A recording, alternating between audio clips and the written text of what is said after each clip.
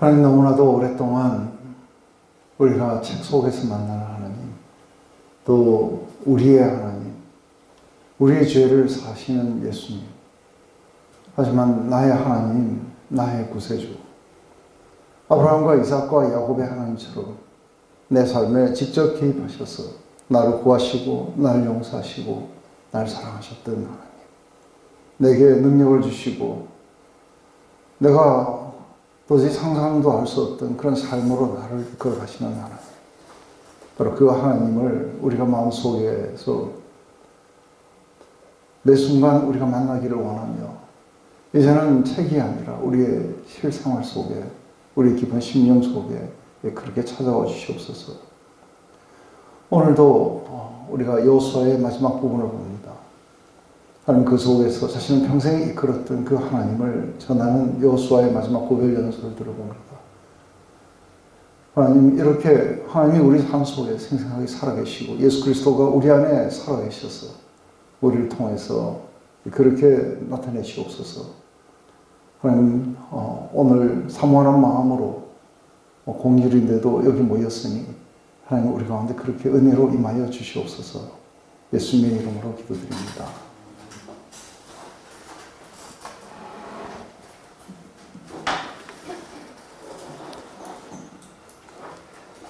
네, 지금까지의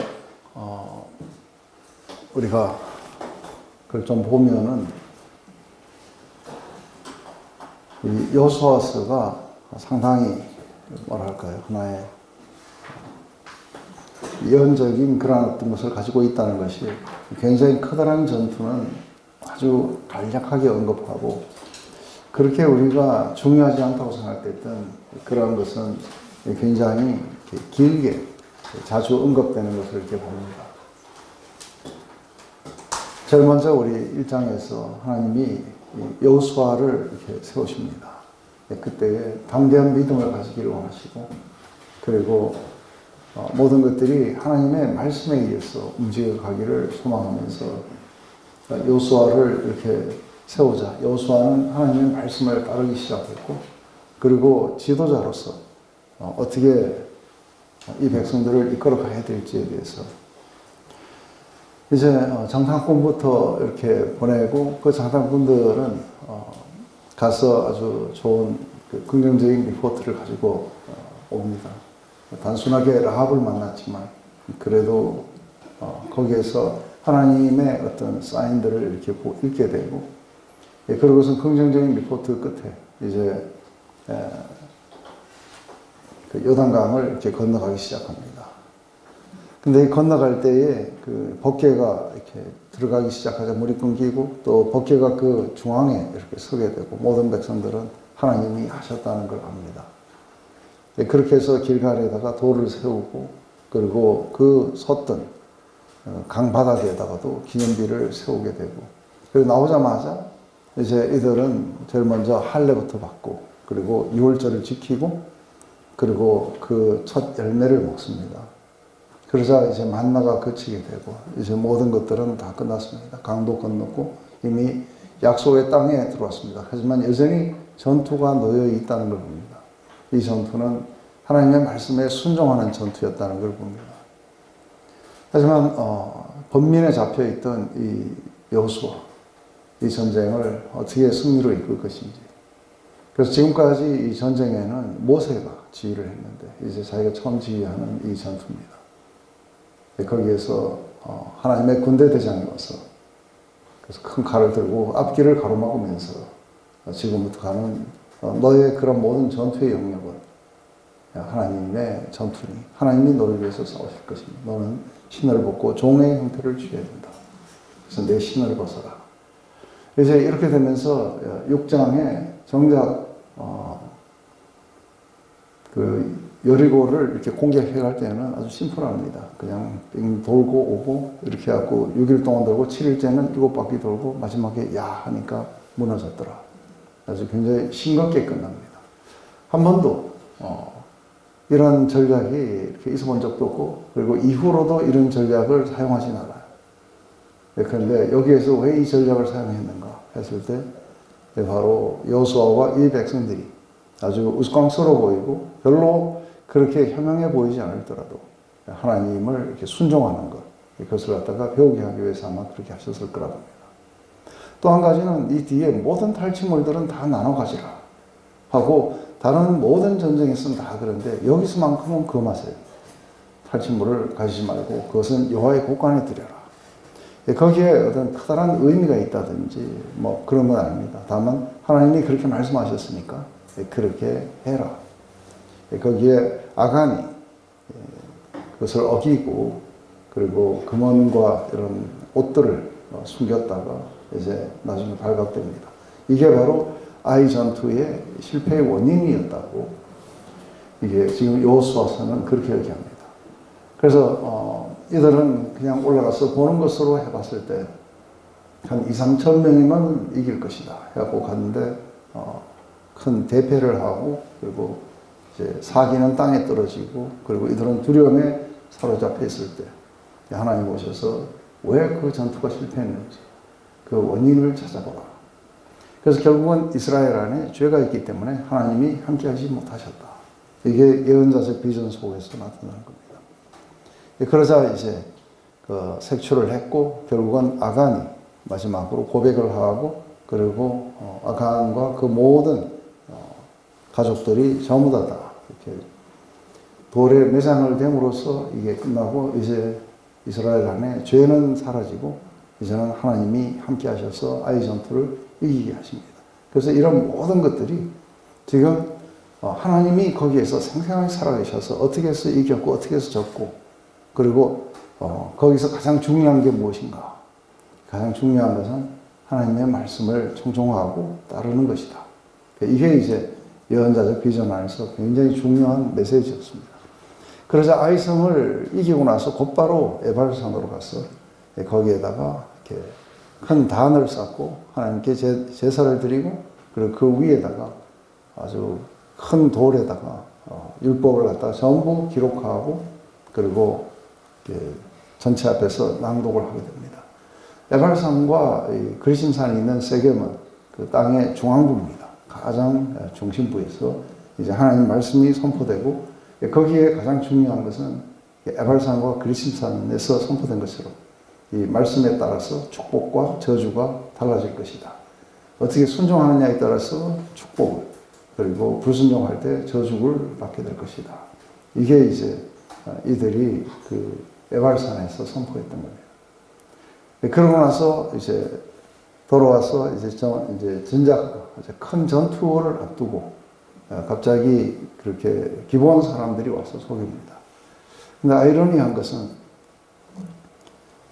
이러한 것들을 전투를 갖다가 이렇게 보지도 못하고 믿어서 이렇게 구원했던 라합이 있는가 하면은 실제로 하나님 말씀대로 했더니만 여리고 성이 무너지는 것을 보았던 아간 하나님 말씀을 이렇게 청송하지 않게 돼요.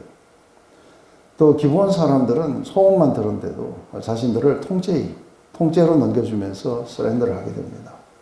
거기에 속임이 있었고 그리고 어리석게 속아서 조약을 맺었지만 이들은 성막에서 물 비는 자와 또 나무 패는 자들로 있으면서 끝까지 하나님을 예배하는데 이렇게 성실했던 기브온 사람들을 봅니다.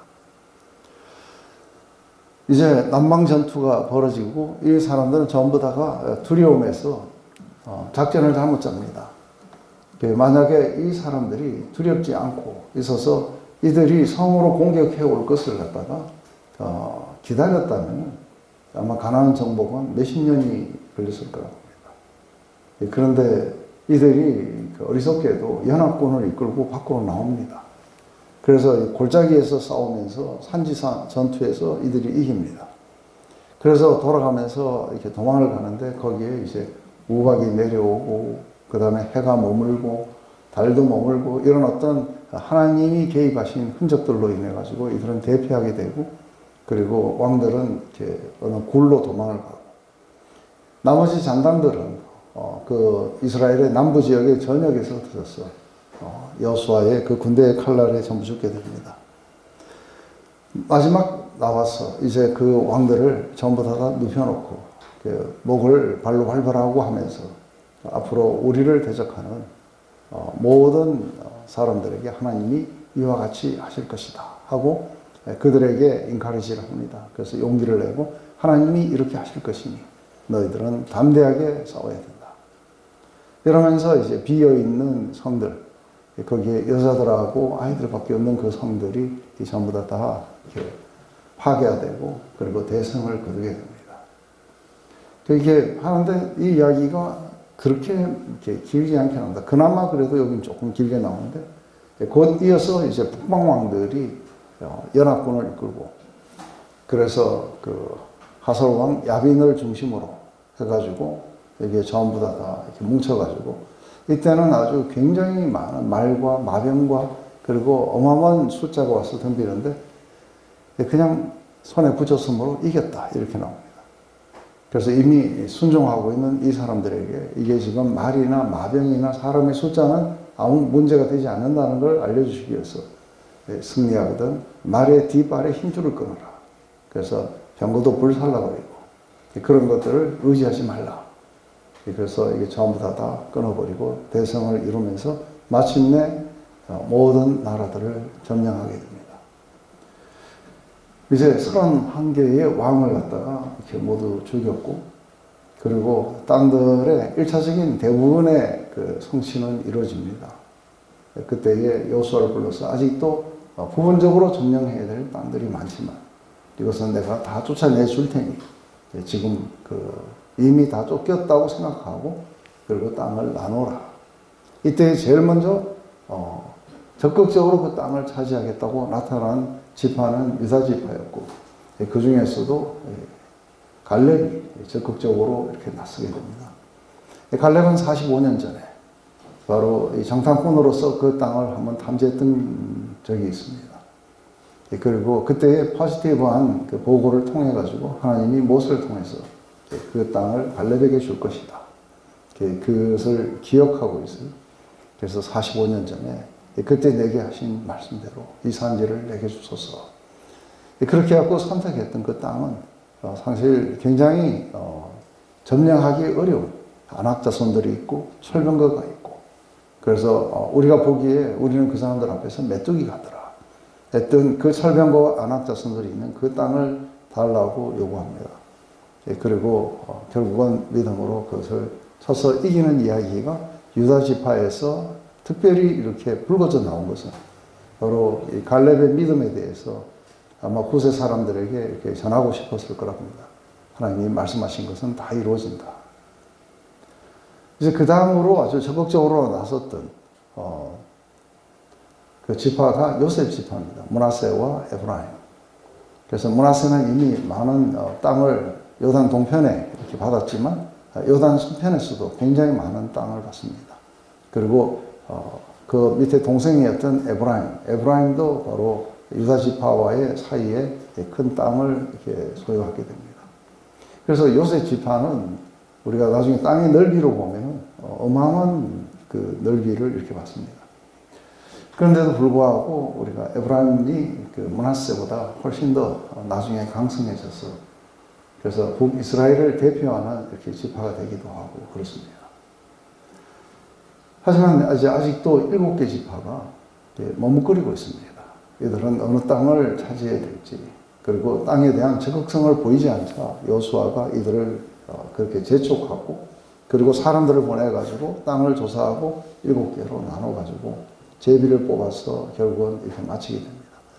어떤 지파들은 굉장히 땅에 대한 그런 어떤 적극성들을 보이기도 하고, 어떤 지파들은 굉장히 소극적으로 이렇게 나타나기도 합니다. 어쨌든 땅을 다 나눴지만 사실은 점령하지 못하는 성읍들이 너무 많습니다.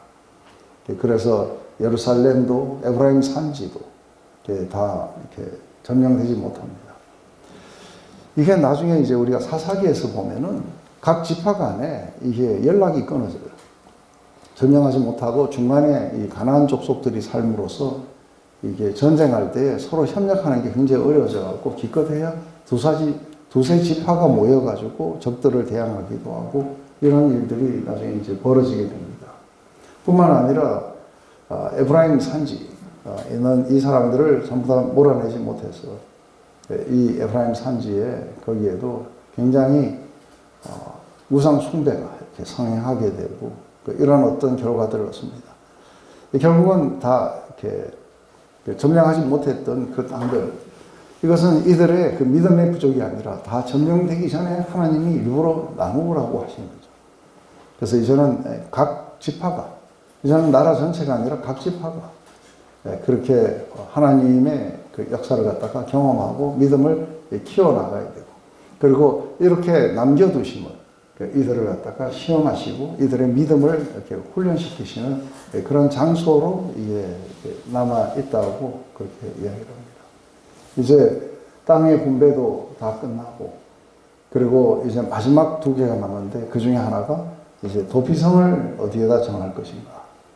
뿐만 아니라 레위인들의 성읍을 어떻게 줄 것인가. 그래서 도피성 6개와 그리고 레위 지파가 거주할 땅, 거주할 성이죠. 성 48개를 이렇게 지정하는 일만 그렇게 남습니다. 그래서 오늘 우리가 여기서 보기를 원하는 건 이제 이 도피성 지정과 그 다음에 레위인들의 48개의 성읍, 이것을 하고 나면은 이제 모든 것들이 다 마치게 됩니다. 그리고 이제는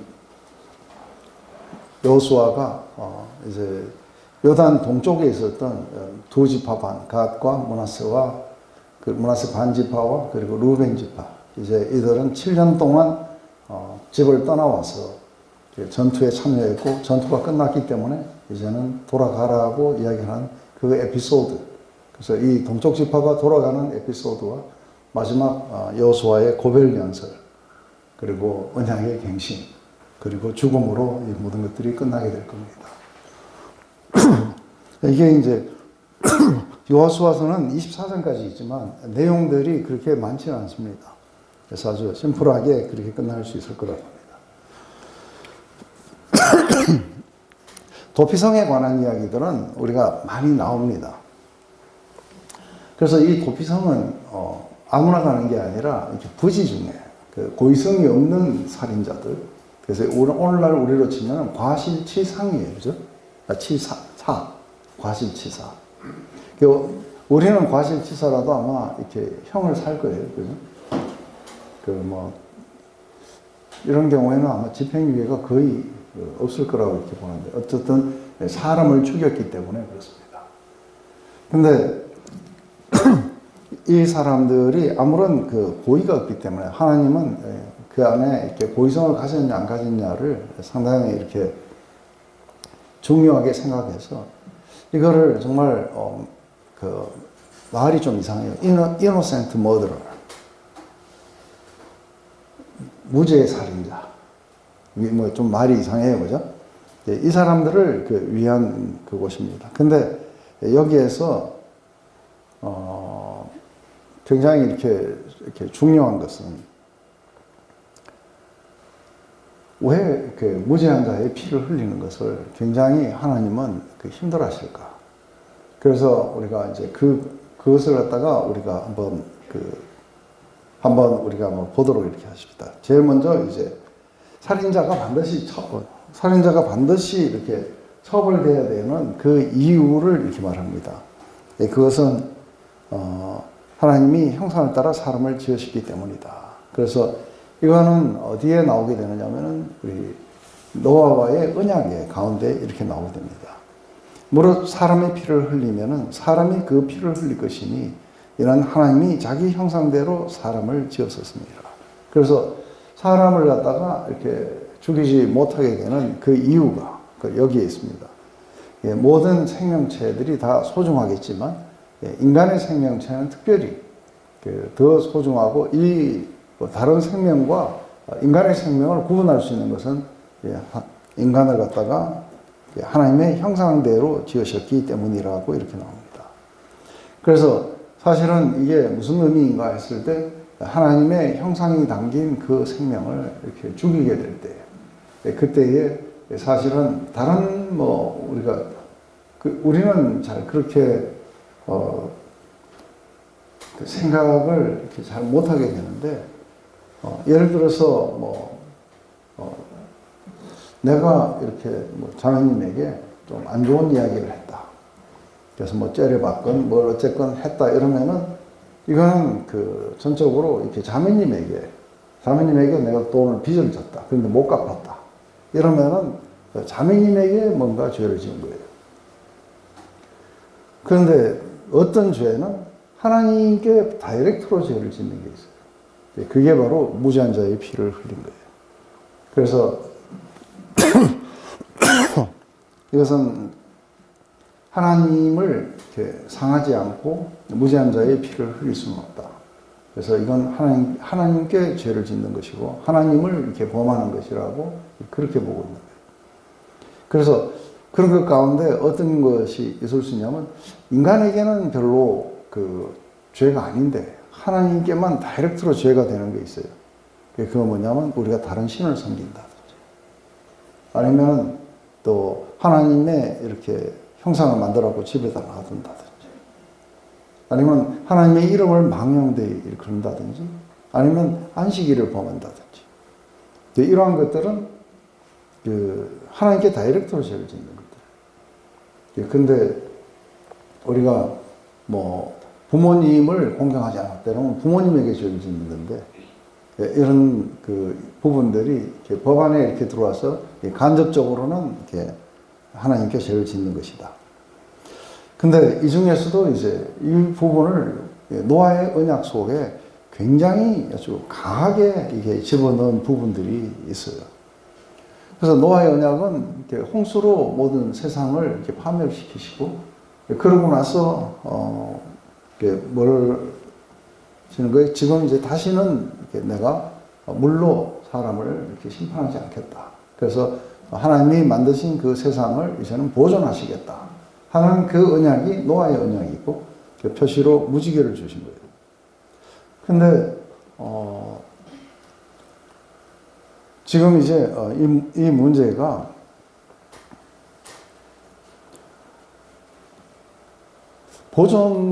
계속해서 보존되고 할 때, 요때에 이제 한 가지, 이렇게 하나님 말씀하신 것 가운데 하나는 사람의 피를 흘리게 되면 반드시 이제 피로, 사람의 이 피 흘림을 갖다가 보상을 해야 된다 하는 이 이야기가 이제 처음으로 나오게 되고, 그리고 이건 디벨롭 되어 갈 거예요. 그래서 사람의 형상을 따라서 이렇게 하나님의 형상을 따라서 사람을 만들으셨는데 이 사람을 이렇게 죽이게 됐을 때 바로 동일한 사람의 형상을 가진 사람의 피가 그것을 갖다가 대속을 해야 된다. 그래야 저스티스가 이루어진다. 그래서 이게 하나님의 그런 어떤 공의의 입장 속에서 보면은 이게 저스티스는 상당히 이렇게 중요한 그런 것으로 나타나게 될 거라고 보는 것이죠. 그 다음에 또 한 가지는 우리 민수기에서 이렇게 보면은 너는 거하는 땅을 더럽히지 말라. 피는 땅을 더럽히나니 피 흘림을 받은 땅은 이를 흘리게 한 자의 피가 아니면 속할 수가 없느니라. 너희는 너희가 거하는 땅 곧 나의 거하는 땅을 더럽히지 말라. 나 여호와가 이스라엘 중에서 거함이라. 그래서 이게 피를 흘려가지고 그게 땅에 떨어지면은 이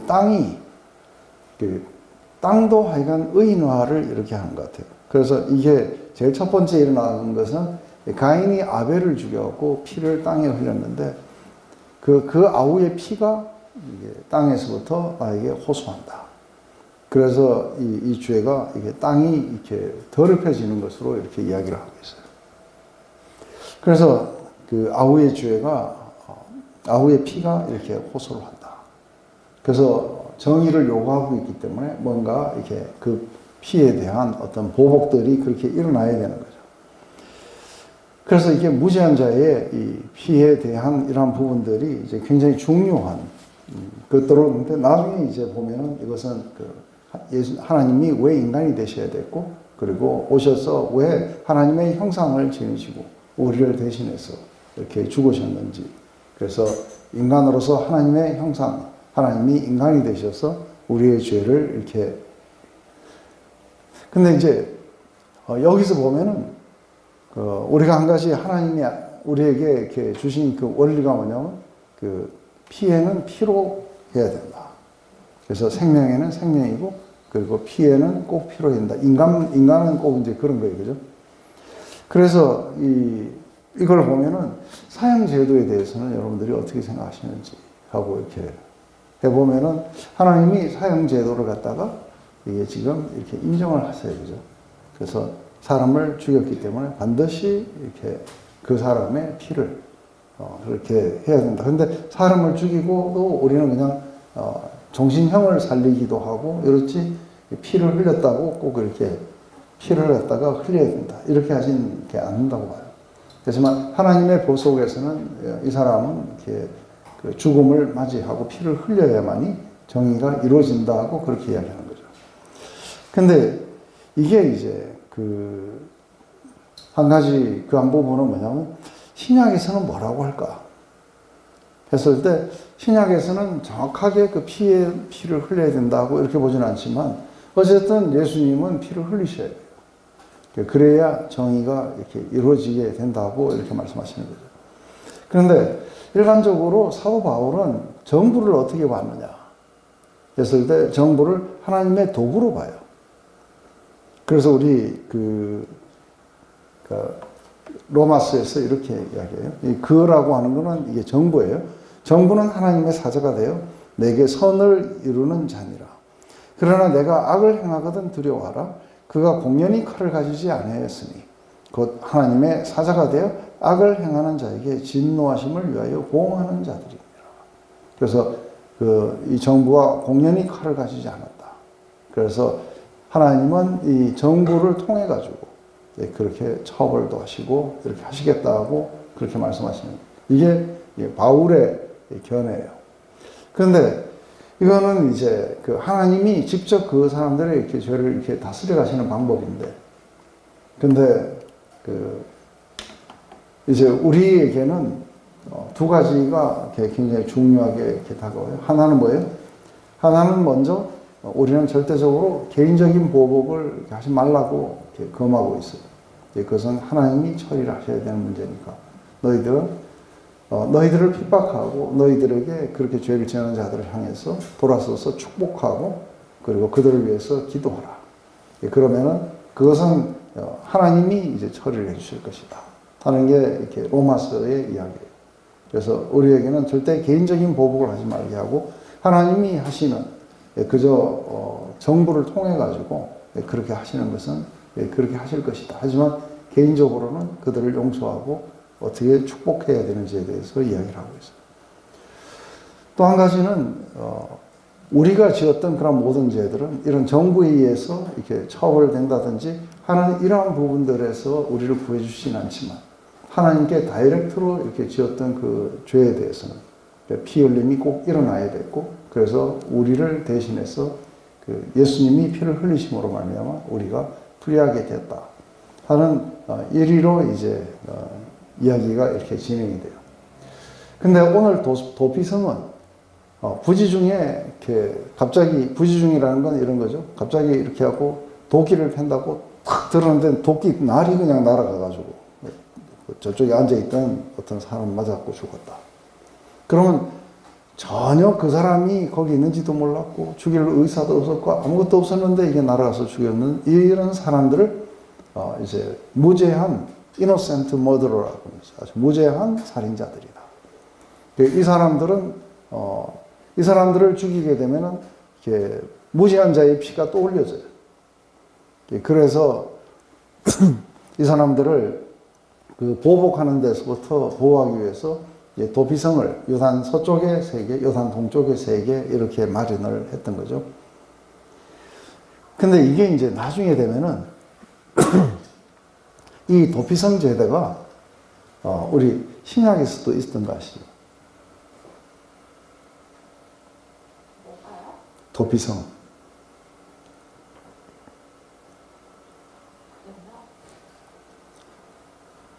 노틀담의 고추. 노틀담의 고추를 보면 죄를 지은 이 여자를 갖다가 이 노틀담에 있는 이 종지기 고추가 이렇게 데리고 성 안으로 들어가 버려요. 그러면서 이걸 성역이라고 이렇게 주장하고 그 군대는 못 들어가요. 요새는 불교에도 있어요. 조계종 이렇게 들어가 버리면은 경찰이 거리로 이렇게 못 들어가는 성역처럼. 예. 명동성당도 예. 그런 식으로 해가지고 이제 이 도피성 같은 그런 것들을 이렇게 실제로 했는데 여기는 무죄한 자를 숨겨줘야 되는데 죄가 있는 자들도 이렇게 숨겨주고 이렇게 했던 것들을 보는 거죠. 그래서 만약에 그 무죄한 자의 피가 이렇게 흘려지지 않으면은 하나님은 심판하신다 하는데, 근데 이제 그 아벨이 흘린 피와 무죄한 예수님이 흘린 피는 어떤 차이가 있는가 했을 때 히브리서 13장에 가면 나와요. 거기에는 아벨의 피는 복수를 호소하고 예수님의 피는 용서를 호소해요. 그래서 아벨의 피보다 더 낫게 뿌린 그 피를 맞은 그 사람들이 모여 있는 곳, 그곳이 천국이라고 그렇게 이야기를 하는 것이죠. 그리고 그 사람이 정말로 죄가 있는지 없는지에는 꼭 증인들이 있어야 되고, 그리고 그 증인이 이제는 직접 죽여야 돼요. 왜냐하면은 증인이 먼저 돌을 쳐야 되는 게, 만약에 그 증인이 거짓 증인이면은 이렇게 무죄한 자를 자기가 죽이는 거예요. 그러면 하나님이 직접 이렇게 심판하시게 될 거예요. 그래서 굉장히 사실은 오늘날 이렇게 증거하는 것하고는 상당히 아마 다른 어떤 것일 거라 봐요. 그럼에도 불구하고 살인을 했는데도 그 용서를 해주신 이야기가 있어요. 예수님이 오시기도 전에. 근데 그 이야기가 누구냐면 이게 바로 다윗과 맺은 그 언약 속에서. 그래서 이게 언약을 맺은 타이밍이 절묘해요. 사무엘 하 7장에서 언약을 맺고 그리고 8장부터 바세바의 이야기가 나와요. 그러면서 이렇게 바세바를 범한 게 아니라 그 옆에 있던 그 우리아를 죽이게 돼요. 그런데 나중에 하나님이 이제 이거를 이렇게 책망하시게 되자 바울이 다윗이 진심으로 이렇게 돌이키게 돼요. 그게 우리가 시편 51편에 나오게 돼요. 하나님은 여기에 대해서 별다른 이렇게 처리를 하지 않고 용서를 해주시고 했는 이유가 뭐냐면 그 은혜의 언약이 바로 맺어졌어요. 네가 죄를 범할지라도 왕위도 빼앗지도 않고 내가 네 집을 영원히 세워줄 것이다. 근데 아이가 죽잖아. 아이가 죽는 게 그 예수 모형처럼. 네. 근데 어쨌든 중요한 거는 이게 그 아이가 그렇게 하고 처벌됐다고 보기에는 좀 어려워요. 왜냐하면은 이게 우리아가 헷 사람이에요. 헷 사람이라는 거는 이제 진멸시켜야 되는 그 족속 중에 하나인데 이게 우리아가 장수로 와 있는 거예요. 그래서 헷 사람의 아내였던 이게 바세바도 헷 사람이에요. 그런데 결국은 나중에 이 바세바가 그 왕비가 돼요. 그죠? 이런 것들은 참 이해할 수 없는 하나님의 그 속에 있지만 중요한 거는 이런 모든 일들이 일어나기 직전에 이렇게 맺은 하나님과의 언약. 그래서 이 언약은 이런 모든 것들을 훨씬 더 이렇게 뛰어넘는 어떤 구속력들을 가지고 있다는 걸 봐요. 그래서 구약에 여러 율법이 있는데 어떤 사람은 안식일을 범하니까 바로 죽고 네. 다윗도 죽어야 될 텐데 그러면 이 사람한테는 언약을 주시고 구약에서 네. 이 사람한테는 안 주시고 그거 어떻게 되는 거죠? 다윗이 살인을 했으면 율법에 따라서 죽어요. 네. 다윗만 언약을 주신 거예요. 네, 그러니까 이제 지금 이제 말씀하신 그 하나님은 그러니까 그 인격이 아니시고 법이세요. 그래서 모든 것들이 법을 따라서 이렇게 진행이 돼야 돼요. 그런데 손명호 형제님이 아주 작은 범위지만 손명호 형제님의 가정의 그 주권자로서 용서해 줄 때가 있죠.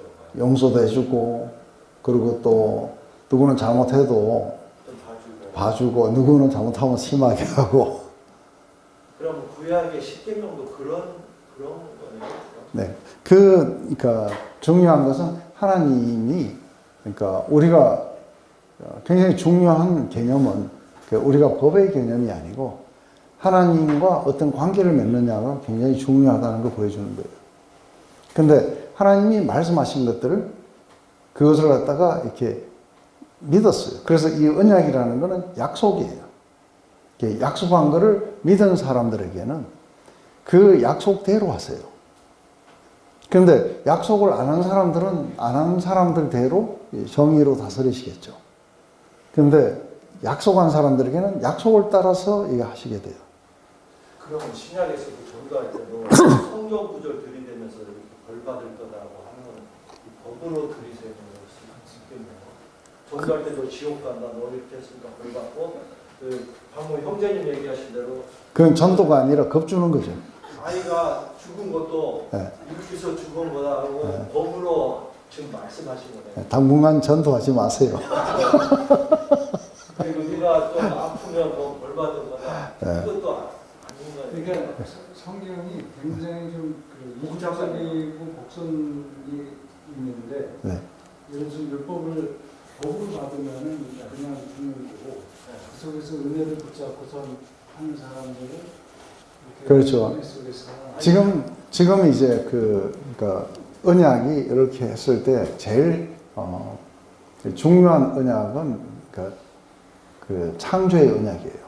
하나님이 말씀하시는 거예요. 생육하고 번성하여 땅에 충만하라. 이것은 하나님 말씀하셨고 이게 이루어질 거예요. 이게 이제 먼저 되는 것이 우선순위예요. 그 다음으로 이제 그 노아와 맺은 언약이 있어요.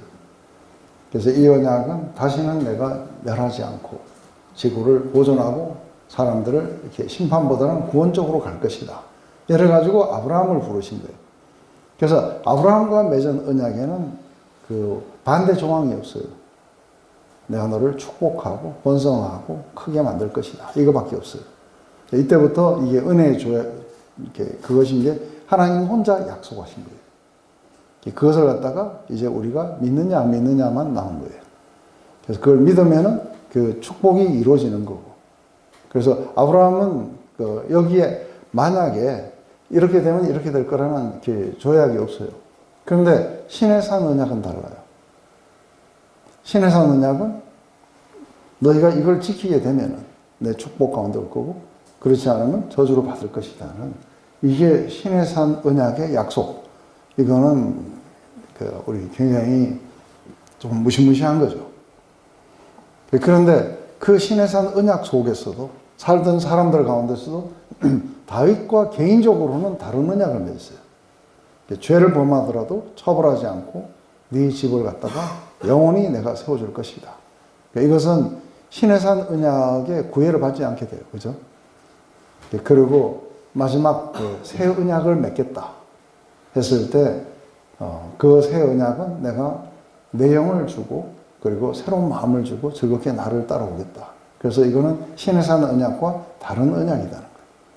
그래서 우리는 피의 언약이라고 그래요. 예수님과 맺은 피의 언약. 이것은 이거밖에 없어요. 나를 믿는 자는 멸망하지 않고 영원한 생명을 얻게 될 것이다. 그래서 나를 믿는다는 게 뭔가 했을 때 바로 내 살을 먹고 내 피를 마시는 자들. 그들에게 생명이 있을 것이다. 그래서 사실은 그 뒤에 뭐 다른 그런 것들이 이렇게 없어요. 그죠? 그래서 지금부터 상당히 중요한 건 그것을 믿느냐 안 믿느냐예요. 그런데 지금 그 율법이 있었던 이 기간 동안에 이 사람들은 율법에 의해서 처벌을 받기도 하고 또 그렇지 않기도 하고.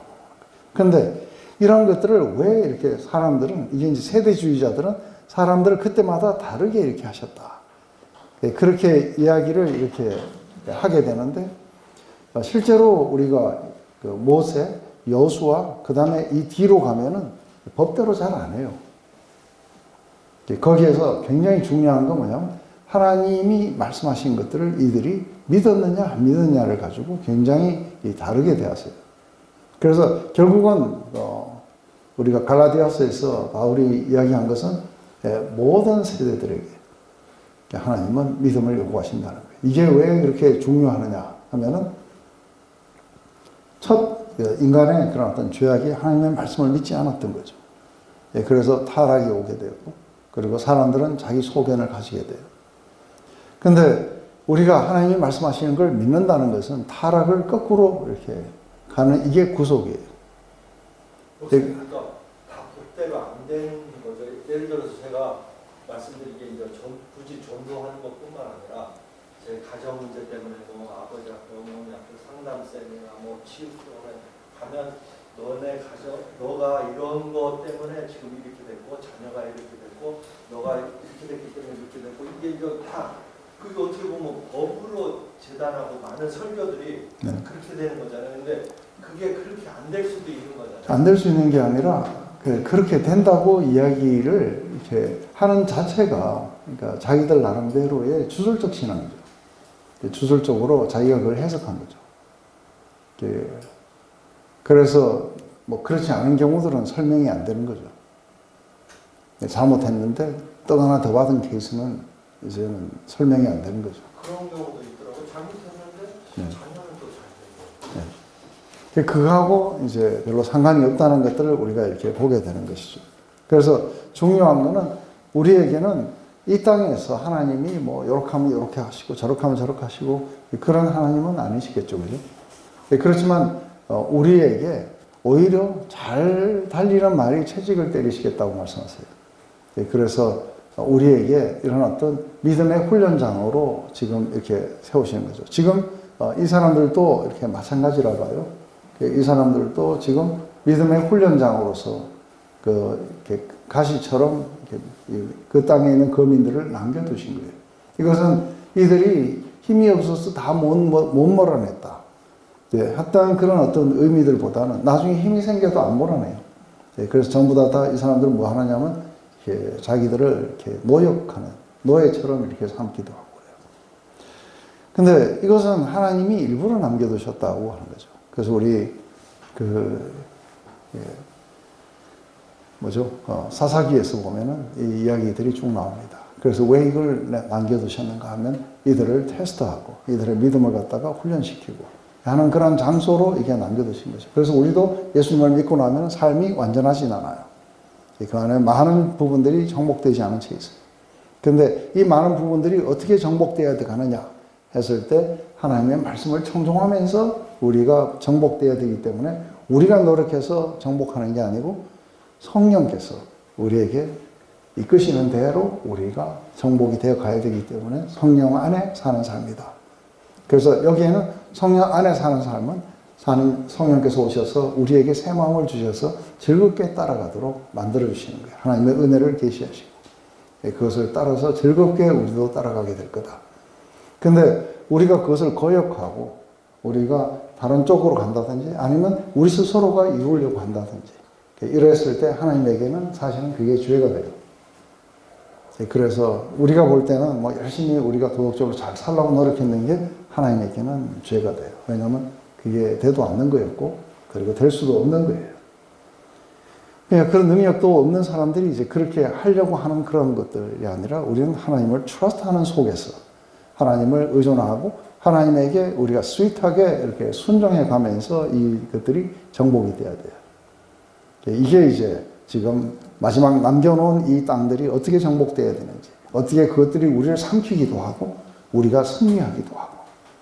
근데 로마서에서는 이 모든 것들에서 우리를 사랑하신 그분, 그리고 우리를 택하신 그분, 우리를 이미 영광으로 데려가시겠다고 확정하신 그분, 그분에 대한 우리의 이 트러스트가 넉넉하게 이해할 것이라고 이야기하는 거예요. 결국은 믿음의 싸움들이에요. 좀 쉬었다가 오늘 이제 레위 지파들은 48개를 성을 주고 그 성 바로 주위에, 왜냐하면 이 사람들도 어딘가는 거주는 해야 되니까. 근데 바로 주위에 목초지를 조금씩 줬어요. 그래서 아마 텃밭 정도 이렇게 줬던 것 같아요. 그러면서 이 레위 지파는 어떻게 보면 상당히 좀 불리해요. 왜냐하면 이 사람들이 한꺼번에 모여 살지도 못하고 이렇게 친척끼리 다 흩어져서 살아야 돼요. 48개 성에 전 지역에 이렇게 흩어져서 살아야 돼요. 그리고 이들은 경작지가 안 좋기 때문에 이제 이들이 바치는 이 헌물에 의해서 이렇게 살아가야 돼요.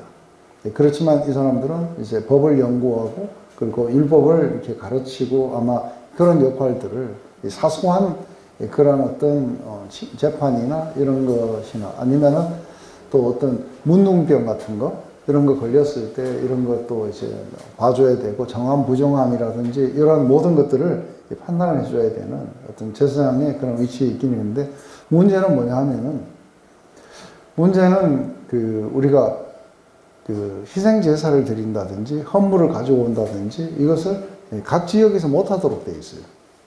그래서 전부 다 어디로 가져야 되냐면 예루살렘으로 가져와야 돼요. 예루살렘에 있는 이 레위 지파나 제사장들은 상당히 헌물들이 전국에서 들어오니까 많았을 거라 봐요. 그죠? 근데 저 지방에 있는 여기에는 헌물이 들어오지는 않고 11조를 갖다가 그렇게 줘서 나누게 되고 이거밖에 없는데, 문제는 유다 지파나 뭐 이래갖고 경작을 많이 하고 이렇게 잘 사는 지파 속에 들어가 있는 레위 지파들은 그래도 좀 얻어먹을 게 많은데, 이게 조금 척박하게 이렇게 있는 그 속에 있는 레위 지파들은 사실은 별로 이렇게 그하지 못할 거라 봐요. 그런데다가 이게 다 나눠져 가지고 있죠. 그래서 이들이 뭔가 힘을 합칠 수도 없죠. 이런 어떤 상황 속에 있었는데 하나님이 내가 너희들의 기업이다. 그래서 이들은 얼마나 풍성하냐 안 하냐에 이런 것을 넘어서서, 그래서 마치 이렇게 얻어먹는 지파 같아요. 그래서 매 3년 끝에, 그래서 11조를 이야기할 때 이제 이 레위 사람들이나 아니면 고아나 과부들 이렇게 갖고서는 그런 어떤, 그래서 이런 어떤 절박한 어떤 필요 가운데 사람들을 이렇게 두신 것은, 그것은 하나님이 직접 이들을 채우시겠다 하시는 부분이죠.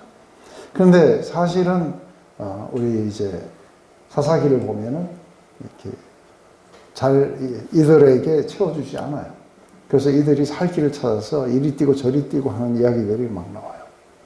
그게 이제 그 중에 하나가 이렇게 에브라임 산지에 어떤 어머니가 아들에게 그걸 주겠죠, 그죠? 그래서 개인 어떤 제사장들을 세우고 뭐 이런 일들이 막 벌어져요. 마지막으로 이제 이렇게 해서 레위 지파 성업을 다 이렇게 하고 나니까 다 끝났어요.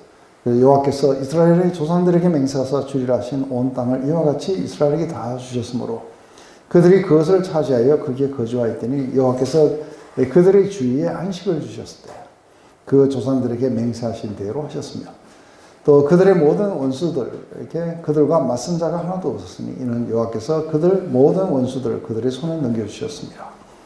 여호와께서 이스라엘 족속에 말씀하신 선한 말씀이 하나도 남지 않고 다 응하였더라. 여기에서 이렇게 보면은 제일 먼저 여기서 굉장히 강력하게 주장하는 이야기가 뭐냐면 이스라엘 조상들에게 맹세해서 주시라. 그건 아브라함에게 이야기한 거예요. 그런 것은 다 주셨다. 이렇게 그게 이루어졌다는 걸 말씀하시고, 또 거기에 안식을 주셨다. 하나님이 약속하신 땅도 주셨고 거기에 안식도 주셨다. 그리고 모든 원수들이 하나도 맞선 자가 없었고 그것은 모든 원수들을 그들의 손에 넘겨주셨다. 이하나님이 조상 아브라함에게 하신 약속도 다 이루셨고 안식도 주셨고 그리고 모든 대적을 그들의 손에 넘겨주셨고, 이래서 결국은 남은 건 뭐냐면 이스라엘 족속에게 하신 그분의 선한 말씀이 안 이루어진 게 하나도 없다 하고 결론을 이렇게 지어서 끝나게 돼요. 그런데 이제 사실은 안식에 대해서 이렇게 이야기를 이렇게 나누겠지만 사실은 안식이 이렇게 일어난 건 아니에요. 완전한 안식이 아니라 부분적인 안식이에요. 그래서 이 안식에 대해서 이야기할 때 여호수아는 백성들에게 그 안식을 온전하게 주지 못했어요. 이 안식은 궁극적으로는 이렇게 땅을 차지해 가지고 아직도 그 사람들이 남아있는 이 땅을 차지해서 안식을 이렇게 얻은 건 아니죠. 그래서 히브리스 기자는 안식은 그렇게 해서 온 게 아니었다. 그래서 여호수아는 그들에게 안식을 주지 못했다.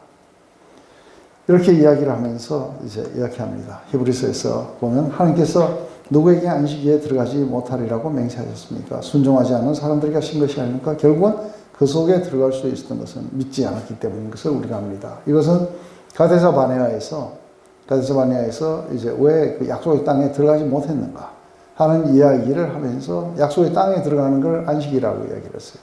근데 약속의 땅에 들어간 사람들은 어떻게 되냐 했을 때 여호수아가 그들에게 안식을 주었더라면 하나님께서 그 뒤에 다른 날이 있으리라고 말씀하지 않았을 겁니다.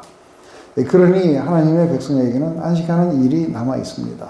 하나님께서 주실 안식에 들어가는 사람은 하나님이 자기 일을 마치고 쉬신 것 같이 그 사람들도 자기 일을 마치고 쉬는 것입니다. 그러므로 우리는 이 안식에 들어가기를 힘씁시다 하고 이야기해요. 그렇게 해서 지금 이제 여호수아가 그들에게 이렇게 안식을 주지 않았다. 그래서 왜냐하면 아직도 그 땅에는 그 많은 부분들이 남았고 실제로 완전한 안식이 일어난 건 한 번도 없다. 이렇게 이야기를 하면서 이제 이 이후로 여호수아 이후로 오랜 날이 지나고 나서 그 시편에 오늘 너희가 그 음성을 듣거든 광야에서처럼 강팍하지 마라 하면서 이제 이 오늘이라는 날을 갖다가 따로 이렇게 정했을 리가 없다. 그래서 여전히 하나님 백성에게 이게 임의와 아직이에요. 그죠? 임의와 아직. 그래서 이미 안식이 땅에 들어갔지만 완전한 안식은 남아있는 것이다. 그래서 결국은 왜 그들은 안식에 들어가지 못했는가 했을 때 믿지 않았기 때문에 못 갔던 것이다. 그렇지만 믿는 우리들은 저 안식에 들어가는 도다. 그러니까 결국은 이 안식은 땅을 정복해서 이렇게 오는 이야기가 아니라 온전한 믿음이 우리에게 안식으로 데려갈 거다. 그리고 온전한 믿음이 땅의 완전한 정복을 이루게 될 것이다. 우리의 삶 안에 우리의 완성은 어디에서 오는가 했을 때 우리의 믿음이 완전해질 때. 그래서 사실은 우리의 삶을 갖다가 완전히 이렇게 변화시키고 하기 위해서 굉장히 중요한 요소가 하나가 뭐냐면 이게 우리 믿음의 확신이에요. 그래서 이 믿음의 확신 쪽으로 가지 않고 자꾸만 우리가 뭔가를 변화시키려는 건 믿음이 없기 때문에 그렇게 해요. 믿는 사람들은 이 믿음들이 강화되어야 될 그런 어떤 필요성들을 이렇게 가지고 있는 거죠. 바로 그때 예수님이 우리에게 안식을 약속하세요. 무겁고 짐진 자들은 다 내게로 와라. 내가 너희들에게 안식을 줄 것이다.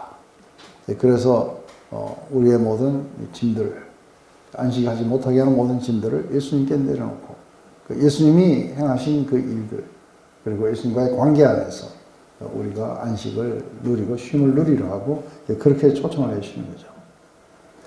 이제 2시 반이 돌아갑니다. 그러면서 여기에서 상당히 중요한 것은 이제 여호수아가 이들에게 그동안 수고했다. 그래서 이들이 이미 땅을 부여받았어요. 그죠? 이미 땅을 부여받은 데 불구하고 이 집을 떠나서 여기 와서 7년 동안 성실하게 마지막 땅의 분배가 이루어질 때까지 함께 했었어요. 그래서 이들을 갖다가 이렇게 축복도 하고 감사도 표하고 그러면서 이제 권고도 해요. 그 권고의 내용은 이제 하나님을 절대적으로 찬송하고 사랑하고 그분을 가까이 해야 되는 것이다. 그때 여호수아가 루벤 사람과 갓 사람과 므낫세 반지파를 불러서 그들에게 이르되 여호와의 종 모세가 너에게 명령한 것을 너희가 다 지키며 또 내가 너에게 명령한 모든 일에 너희가 내 말을 순종하여 오늘날까지 날이 오래도록 너희가 너희 형제를 떠나지 아니하고 오직 너희 하나님 여호와께서 명령하신 그 책임을 지키도다.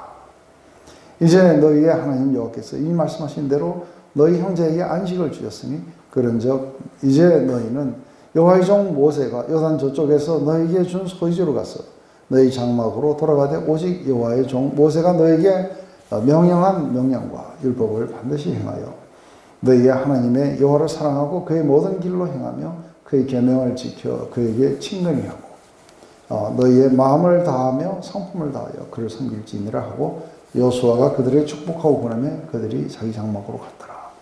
그래서 이들이 마지막까지 페이스풀하게 남아서 했는 것들에 대해서 이렇게 칭찬하며 이제는 돌아가라.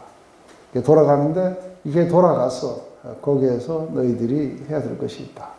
그것은 바로 하나님의 말씀을 청종하고 그분을 사랑하고 그분을 가까이 하고 그래서 너희들의 마음과 성품을 다해서 그분을 섬기라. 그래서 돌아갔는데 굉장히 많은 재산들을 이렇게 줘서 보냅니다.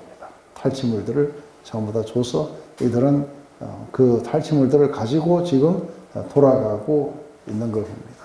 근데 이제 돌아가다가 이제 문제가 생깁니다. 그래서 이 문제가 뭐냐면 루벤 자손과 므낫세 반지파 가나안 땅 요단 언덕에 가서 이르자 거기 요단가에 제단을 쌓는데 거기에 큰 제단이었다. 그래서 갑자기 거기에다가 커다란 제단을 쌓게 되니까 그러니까 이게 이제 이스라엘에 전부 다 알려지게 되고 그래서 온 이스라엘이 모여가지고 이 두 지파 반과 싸우려고 그렇게 왔을 때 그때에 누구를 갖다가 보내냐면 이게 제단에 관한 문제이기 때문에 대제사장이었던 엘리에살의 아들 비느하스가 이렇게 나오게 됩니다.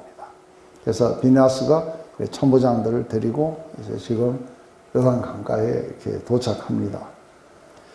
근데 거기에서 이제 굉장히 이 이야기는 사실은 나중에 보면 해프닝이에요. 근데 이 이야기를 굉장히 길게 써놔요. 길게 써놓으면 그 이유가 있어요. 이것은 훗날에 대한 어떤 경고들이고 이 부모 때들이 어떻게 그걸 했는지 하는데 여기에서 비느하스가 이제 이걸 조사하면서 나온 이야기들이 굉장히 상당히 아름다운 이야기들이에요. 제일 먼저 가서 그렇게 얘기해요. 너희가 어찌하여 이스라엘 하나님께 범죄하여 오늘 여호와를 따르는 데서 돌아서서 너희를 위하여 제단을 쌓아 너희가 오늘 여호와를 거역하고자 하느냐 하면서 두 가지 사건을 떠올려요. 하나는 바알보올 사건이에요. 그리고 하나는 아간의 사건인데 아간의 사건은 우리가 뭔지 알아요. 바알보올 사건이 뭔지 아세요? 바알보올. 사실은 민수기에서는 정확하게 뭐 때문에 많은 사람이 죽었는지에 대해서 할 때 이게 발람이 그랬다고 하는 거는 이렇게 안 나오지만 바알보올 사건은 나와요. 근데 나중에 이게 발람의 짓이었다는 건 요한계시록에 나와요. 요한계시록에 보면 뭐라고 나와요? 요한계시록 우리가 무슨 교회예요? 버가모 교회인가? 거기에 그 이야기하노니 그러니까 누군가가 이게 발람의 교원 그 니골라당들이 있다고 이야기해요. 근데 이 바알보올 사건은 뭐냐면 지금 이렇게 그러니까 처음에 이렇게 들어올 때에 모압 왕이었던 발락이 이게 뭔가 저들의 성공의 비결이 자기 하나님에 있다 이렇게 보고 그 하나님으로부터 축복받은 걸 갖다가 우리가 나갈 수 있는 길은 저들을 이렇게 하나님의 이름으로 저주하는 것이다. 이래서 발람을 불러와갖고 몇 번을, 3번을 갖다가 걸쳐서 저주를 했는데 발람이 저주하려고 하는 순간에 이게 축복으로 바뀌었구나 그래요. 그러니까 3번 해도 안 되니까 마지막 돌아가면서 발락에게 한 가지 방법을 제안한 거예요. 이렇게 그 말로 저주하는 것보다 훨씬 더 좋은 방법이 있다. 그게 뭐냐면 모압의 여자들을 보내라. 그래서 모압의 여자들을 보내가지고 이들과 간음하게 한 거예요. 근데 이게 그 모압의 여자들을 보내서 그냥 간음하는 그 사건은 왜 그렇게 중요하냐. 이걸로 인해서 24,000명이 죽어요. 근데 왜 이게 중요하냐 하면은 이걸 통해 갖고 그 여자들이 이들을 우상숭배로 끌어들였던 거예요. 그래서 사실은 이게 이제 한 사람이 죄를 범한 게 아니라 집단으로 이렇게 범하게 된 거예요.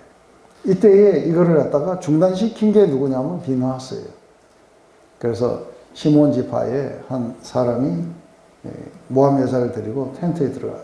그걸 보고 이제 비느하스가 거기에 아주 그 거룩한 분노를 느끼고 이게 이스라엘 안에서 이렇게 공공연히 자행되는 것에 대해서 굉장히 분노를 느끼고 그리고 창을 들어서 텐트 바깥에서부터 흘러왔고 이 사람들을 이렇게 죽이면서 이제 사람들에게 경고하게 되고 이러면서 이들의 죄가 그치게 되고 그리고 하나님의 분노도 그치게 돼요. 이걸 갖다가 그치게 했던 사람이 누구냐면 비느하스였는데 이 비느하스는 생생하게 기억하고 있을 거예요. 그런데 오늘 또 이렇게 너희들이 제단을 만들어가지고 우리를 하여금 그렇게 위험에 빠뜨리느냐. 그러면서 아간의 그거를 모르느냐 하면서 오늘 너희가 돌이켜 여호와를 따르지 아니하려고 하느냐? 너희가 오늘 여호와를 배역하면 내일은 그가 이스라엘 온 회중에게 진노하시리라. 그래서 비느하스는 이게 이제 우리가 이걸 뭐라 하냐면 지금 비느하스가 가서 이렇게 이 사람들에게 설득하는 이걸 갖다가 영어로 뭐라고 하냐면 이게 이제 accountability라고 그래요. account라는 건 설명한다는 거예요. 근데 누구에게 설명을 해야 되냐면은 하나님께 설명을 해야 돼요. 왜 형제가 그렇게 하고 있는데 너는 가만히 있었니? 하고 이렇게 얘기할 때 내가 가만히 있어야 되는 이유를 설명해야 되는데 설명할 수가 없으면은 함께 같이 처벌을 받게 돼 있어요. 근데 우리 안에는 이 개념이 없죠. 단어도 없어요. accountability라는 단어도 없어요. 근데 이게 하나님 백성 안에서는 이게 accountability라는 게 있는 거예요. 그래서 오늘 너희가 죄를 범하면 내일 우리에게 진노하실 것이라는 거예요. 이게 이제 accountability에 대한 이야기들이죠. 그러면서 굉장히 이상한, 그렇지만 굉장한 희생을 치르는 제의를 해요. 만약에 요단 동쪽에, 그쪽에서 바알볼 사건이 일어났어요. 그죠? 만약에 그쪽 땅이 더럽거든. 전부 다 가족들을 데리고 일로 건너와서 서쪽에다가 너희들의 정착을 해라. 우리와 함께 정착지를 나누자. 이러면 지금까지 했던 분배가 다시 다 이루어져야 돼요. 왜냐하면 이 두 지파 반이 다시 일로 들어오니까. 굉장한 희생이 있을지라도. 그래서 그런데 너희 소유지가 만일 깨끗하지 아니하거든. 여호와의 성막이 있는 여호와의 소유지로 건너와. 우리 중에서 소유지를 나누어 가질 것이니라. 하고 이렇게 제의를 해요. 그러면서 오직 우리 하나님 여호와의 제단 외에는 다른 제단을 쌓음으로써 여호와를 기억하지 말자. 말하며 우리에게도 거역하지 말라. 셀의 아들 아간이 온전히 바친 물건에 대하여 범죄함으로 이스라엘 온 회중의 진노가 임하지 않느냐. 그의 죄악으로 멸망한 자가 그 한 사람만은 아니었느니라 하시니라. 그래서 하나님 나라 안에서 이게 이제 accountability가 어떻게 중요한 것인지 이야기를 이렇게 하는 거죠. 근데 아주 이들은 자동적으로 이 이스라엘 안에서 누가 뭘 재단을 쌓았다 뭐 했다면 이들은 자동적으로 모여가지고 화들짝 놀래가지고 쫓아오는 것은 이 아간의 죄라든지 바알볼 사건이라든지 이런 데서 이게 그 사람 죄만의 문제가 아니라는 걸 아는 거예요. 그런데 아까 이야기했듯이 우리가 한 사람을 무지한 자를 피를 흘려가지고 땅을 적시면은 땅이 오염돼요. 이게 이제 굉장히 이렇게 중요한 건데 우리가 어떤 부분이 있을 수 있느냐면은 이런 히브리서 말씀이 있어요. 하나님의 은혜에 떨어져 나가는 사람이 아무도 없도록 주의하십시오. 또 선풀이가 나서 괴롭게 하고 그것으로 많은 사람이 더러워지는 일이 없도록 주의하십시오 하고 이야기해요. 근데 여기에서 이게 이제 굉장히 중요한 이유 중에 하나가 이게 뭐냐면은 우리가 교회 이런 공동체 안에 누군가가 이렇게 들어왔는 거예요. 들어와가지고 이 사람이 예를 들어서 긍정의 힘이라든지 아니면은 다른 어떤 것을 갖다가 막 이렇게 퍼뜨린다든지 안 그러면 이게 불신을 막 이야기를 해요. 그러면 이 불신들이 어떻게 하냐면 이게 적은 누룩이 온통에 퍼진다 하는 이야기를 하시는 거예요. 그래서 이게 사실은 교회를 갖다가 이 땅이 교회예요. 그래서 그리스도 안에서의 교제예요. 근데 이거를 갖다가 완전히 이렇게 더럽히게 돼요. 이렇게 됐을 때 교회는 여기에 대해서 어떻게 대처를 해야 돼요? 이 교회는 여기에 대해서 이렇게 강력하게 대처할 필요가 있는 거예요. 그런데 제가 뉴질랜드를 갔을 때 그때가 이민 초기였어요. 이민 초기다 보니까 교회가 이게 서바이벌을 해야 돼요. 그래서 사람들 많이 이렇게 와야 되고 이러다 보니까 심부름 센터처럼 이렇게 해요. 그러다 보니까 안 믿는 사람들, 불교도들, 오만 사람들이 다 교회에 모여 있는 거예요. 그래가지고 거기서 함께 교제를 나누고 뭘 하고 이러니까 믿음이 있는 사람도 지금 없어질 판인 거예요. 그런데 교회는 거기에 대해서 이렇게 강력하게 복음을 전하지 않고 있고 그 결과가 어떻게 이렇게 변해버렸냐면은 굉장히 교회가 아닌 모습들로 바뀌어가는 걸 봤어요. 이건 굉장히 중요한 문제겠죠, 그죠? 그래서 사실은 교회에 이렇게 멤버로 들어오는 것을 굉장히 이렇게 중요하게 따지고 이러는 교회들이 있는가 하면 아무나 막 들어오게 해요. 들어오면은 얼마 안 되면 이 사람이 진짜 믿음이 있는지 없는지도 안 가리고 막 집사도 시키고 별걸 다 시켜요. 그 결과가 어떻게 되냐면 그 교회가 전체적으로 이렇게 불신의 어떤 무덤이 되어요. 이렇듯이 이제 그 안에서 하나의 우상 숭배가 성행하기 시작하면은 이게 그 전체적으로 이렇게 쉽게 잘 퍼져버린다는 거죠. 그래서 어카운트빌리티가 필요한 거예요. 어카운트빌리티가 와서 이런 어떤 불신들이 일어나지 못하도록 뿌리를 뽑고 그 가서 이제 무언가가 하는데 이때에 그 우리가 굉장히 중요한 게 있는 게 뭐냐면 여기에 그리스도의 법을 성취해야 되는 법이 있다고 이야기해요. 그래서 이게 우리 갈라디아서 6장에 이렇게 형제 여러분 어떤 사람이 어떤 죄에 빠진 일이 드러나면 성령의 인도하심을 따라 사는 사람인 여러분은 온유한 마음으로 그런 사람을 바로잡아 주시고 또 자기의 스스로를 살펴서 유혹에 빠지지 않도록 조심하십시오. 여러분은 서로 남의 짐을 져주십시오. 그렇게 하면 여러분이 그리스도의 법을 성취하실 것입니다. 오늘 비누하스는 그 사람들의 죄를 막기 위해서 자신들의 땅을 갖다가 내주겠다. 그러니 이리로 돌아와서 하나님의 성막이 있는 그곳에서 다른 제단을 쌓지 마라. 그래서 이게 강 때문에 건너오지 못해서 혹시 제단을 쌓는 줄 그렇게 이제 착각했던 거죠. 하지만 여기서 상당히 중요한 건 뭐예요? 서로 남의 짐을 졌던 거죠. 그래서 그리스도의 법을 성취했다 하는 것은 오늘 비누하스가 오늘 제의했던 이것에서 우리가 볼 수 있는 거죠. 그러자 이제 긴 이야기가 나와요. 긴 이야기의 중요한 부분은 뭐냐면은 이것은 우리가 제단을 쌓았고 희생제사를 드렸던 제단이 아니다. 이것은 기념비다. 그래서 왜 우리가 이런 기념비를 만들었냐면은 이 세대들이 죽고 나면은 다음 세대들이 너희들은 약속의 땅에 있지 않고 저쪽에 있으니까 우리하고 아무 상관이 없다 하는 이 이야기가 나올 수 있다는 거예요. 그런데 그때에 아니다. 우리도 가나안 정복에 우리가 끝까지 참여했다는 걸 알면은 요단 서쪽에 있는 지파들이 더 이상 그런 이야기를 하지는 못할 거라는 거예요. 그래서 그런 이야기가 나오지 못하도록 하기 위해서 이 제단을 쌓았다. 그게 우리들의 목적이라고 하니까 그 이야기를 들어보니까 이게 뭔가가 죄악인 줄 알고 쫓아왔다 보니까 이들이 굉장히 강력한 믿음 속에서 이들은 7년 동안 전쟁에 참여했고 그리고 참여한 것을 후세들에게도 알려주고 싶어서 그렇게 했다는 걸 알고 모두가 다 즐거워하는 거죠. 그러면서 이제 너희가 이 죄를 여호와께 범하지 아니하였느니라 너희가 이제 이스라엘 자손을 여호와의 손에서 건지내었느니라. 그 일이 이스라엘 자손을 즐겁게 한지라 이스라엘 자손이 하나님을 찬송하고 르우벤 자손과 갓 자손이 거주하는 땅으로 가서 싸워 그것을 멸하자 하는 일을 다시는 하지 않아야더라.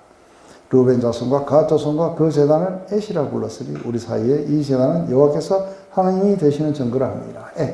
이것은 뭐냐면 위트네스, 증거가 되었다. 해갖고 이 증거물들을 이렇게 세웠다 하는 것이.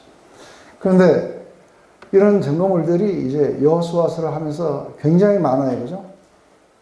제일 먼저 우리 요단강 길갈에서 돌을 가져와갖고 길갈에다가 쌓았던 것들. 그 다음에 이제 여리고성이 파괴된 채 그대로 오늘날까지 보존된 것들. 아간의 그 죄 때문에 아골 골짜기가 돌로 메워진 이야기들. 아이성도 불탄 채 그대로 남겨진 이야기들. 그 다음에 사람들 가운데 기본 사람들이 어떻게 우리가 속았는지 그들이 여전히 우리 가운데 있다는 것. 이것뿐만 아니라 이제 그 다섯 왕, 남방에 있는 다섯 왕들을 죽이고 나서 그 돌로 이렇게 쌓아놨어요. 그게 오늘날까지 있지 않느냐. 그 다음에 에발산에도 또 단과 큰 율법을 적어 놓기도 하고. 이러면서 가는 곳곳마다 이게 지금 기념비들을 세워요. 이것은 지금 이 책의 저자가 바로 사사기 때의 사람이에요. 그래서 그게 오늘날까지 있지 않느냐 하면서 그걸 본다면 우리는 어떻게 살아야 되는지를 이야기를 하자 하고 하는 거죠. 그래서 모든 것들이 원만하게 이렇게 되었어요. 그래서 이제 드디어 이제 여호수아의 이렇게 고별 연설이 이렇게 나오게 됩니다.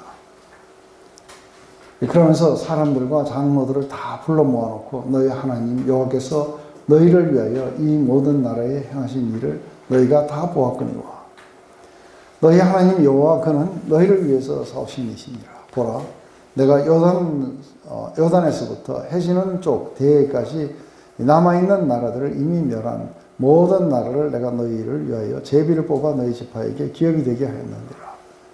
너희 하나님 여호와께서 그가 너희 앞에 그들을 쫓아내사 그들의 목전에서 그들을 떠나게 하시리니 너희 하나님 여호와께서 너에게 말씀하신 대로 너희가 그 땅을 차지하게 될 것이다.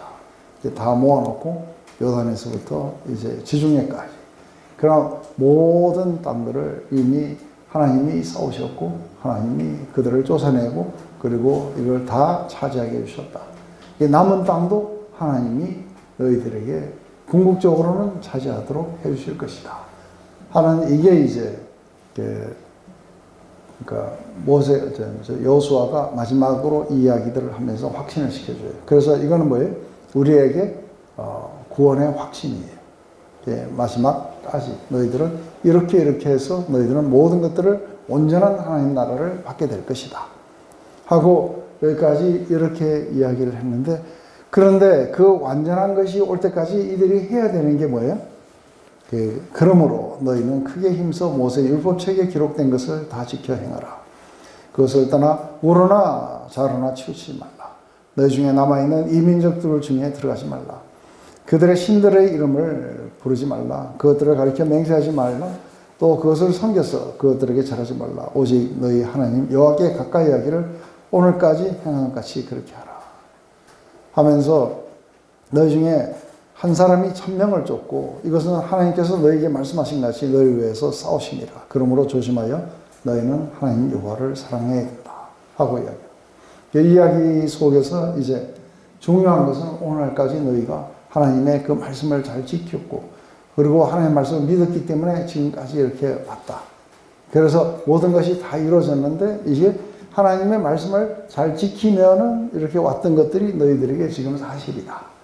그렇듯이 만약에 하나님께로부터 돌아서게 되면은 그때 오는 저주도 사실일 것이다 하고 이렇게 이야기하는 거죠. 그게 이제 너희가 만일 돌아서서 너희 중에 남아있는 이민족들을 가까이 하여 더불어 혼인하며 서로 왕래하면 확실히 알라. 너희 하나님 여호와께서 이 민족들을 너희 목전에서 다시는 쫓아내지 아니하시리니 그들이 너희에게 올무가 되어 덫이 되며 너희 옆구리에 채찍이 되어 너희 눈에 가시가 되어서 너희가 마침내 너희 하나님 여호와께서 너희에게 주신 이 아름다운 땅에서 멸하리라.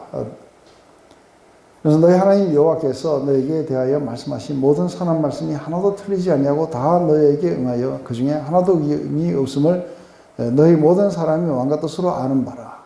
너희 하나님 여호와께서 너희에게 말씀하신 모든 선한 말씀이 너희에게 임한 같이 여호와께서 모든 불결한 말씀도 너희에게 임하게 하사 너희의 하나님 여호와께서 너희에게 주신 이 아름다운 땅에서 너희를 멸절하게 할 때까지 하실 것이다.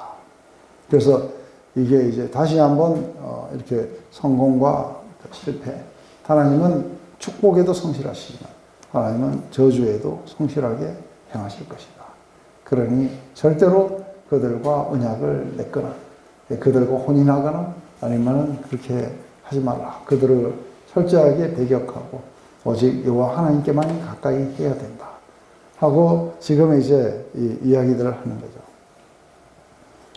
그래서 하나님께 순종하는 뿐만이 아니라 두 번째는 적들과도 화평하지 마라. 그래서 우리가 뭐 지금은 적들이 뭔지 몰라요, 그죠? 우리가 번성인지 돈인지 아니면 건강인지 뭔지 모르겠지만 그것들 때문에 하나님을 버리는 일들이 일어나면 안 된다 하고 지금 이제 이야기하는 거죠. 그래서 철저하게 그러니까 우리가 이걸 볼 때 어떻게 보는 거예요? 철저하게 하나님은 저주에도 이렇게 성실하신 분이시다. 근데 문제는 뭐냐면 이 저주가 굉장히 리얼해야 돼요. 리얼해야 하나님과 우리 사이에 우리가 하나님을 이렇게 불순종했을 때 오는 저주가 굉장하다는 것들을 갖다가 이들은 경험을 해야 돼요. 근데 이게 오게 될 때에 이게 예언자적 비전은 이거 뭐냐면 이게 우리의 그런 어떤 죄 때문에 이런 것이 온다고 이렇게 봐야 되는 거죠. 그래서 이제 이 죄 때문에 우리에게 질병도 오고 메뚜기가 와서 또 가뭄도 오고 그리고 마침내 외국 군대가 와서 우리를 뽑아갈 거예요. 그래서 우리 안에 문제는 뭐냐면은 우리가 하나님께 죄를 범했기 때문에 이런 게 올 것이라는 게 이게 율법이 우리에게 가르쳐 주는 거예요. 그런데 이 율법이 우리에게 가르쳐 주는데 이때에 그 이사야가 거룩하신 하나님을 보고 그리고 그 하나님의 뜻이 어디에 있는지를 이렇게 받은 거예요. 그 받은 것은 바로 이러한 모든 것들 때문에 하나님은 아주 저주에 성실하게 하실 거라는 거예요. 그래서 이 저주에 성실하신 그 하나님, 그래서 이들은 모두가 다 저주로 가게 될 거라는 거예요. 그렇다면 구원자가 필요하다는 거예요. 그래서 이 구원자는 어떤 구원자가 되어야 되냐면 이게 외국 군대를 막아내는 구원자라서는 안 돼요. 질병을 갖다가 잘 고치는 의사들도 안 되고, 그리고 비를 어떻게 인공으로 내릴 수 있는 그런 구원자도 안 되는 거예요. 이 구원자는 어떤 구원자가 해야 되냐면 우리의 죄의 문제를 담당하는 구원자가 있다. 그래서 이 구원자는 오셔서 서퍼링 서번트가 될 거라는 거예요. 고난을 당하고 그리고 죽임을 당함으로 말미암아 이제 우리 안에 있는 죄가 제거되고 그리고 우리는 이제는 저주가 우리에게서 사라지는 거예요. 그래서 예수 그리스도를 우리가 받아들이고 우리가 예수 그리스도의 그 희생, 십자가의 사랑을 우리가 믿었다는 건 뭘 말하냐면 이 율법에서 나오는 이런 모든 저주가 예수님에게로 갔다는 거예요. 그리고 이제는 법 안에 나온 그런 모든 축복들이 우리의 것인 거죠. 이게 이제 그리스도로 말미암아 우리가 저주에서 율법의 저주에서 우리를 송량하셨다. 율법의 저주에서 우리를 송량하신 그것은 바로 그리스도의 그 고귀한 피로서 그렇게 하신 것이다 하고 이야기합니다. 그래서 이거를 들여다볼 때 이게 저주에 대한 이야기할 때 마음이 불편하거나 이렇게 하는 게 아니라 무시무시해야 돼요.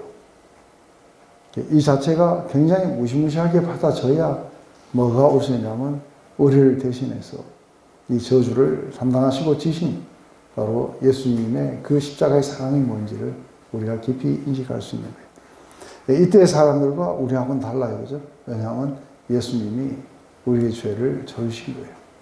그래서 우리를 갖다가 율법 아래서 구하셨고, 그리고 이제는 우리가 법 아래에 있지 않다는 것.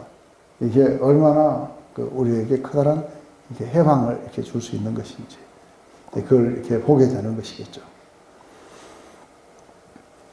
이제,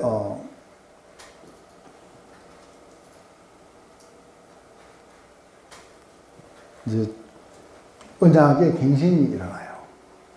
그러면서 세겜에 다시 사람들을 다 모았어요.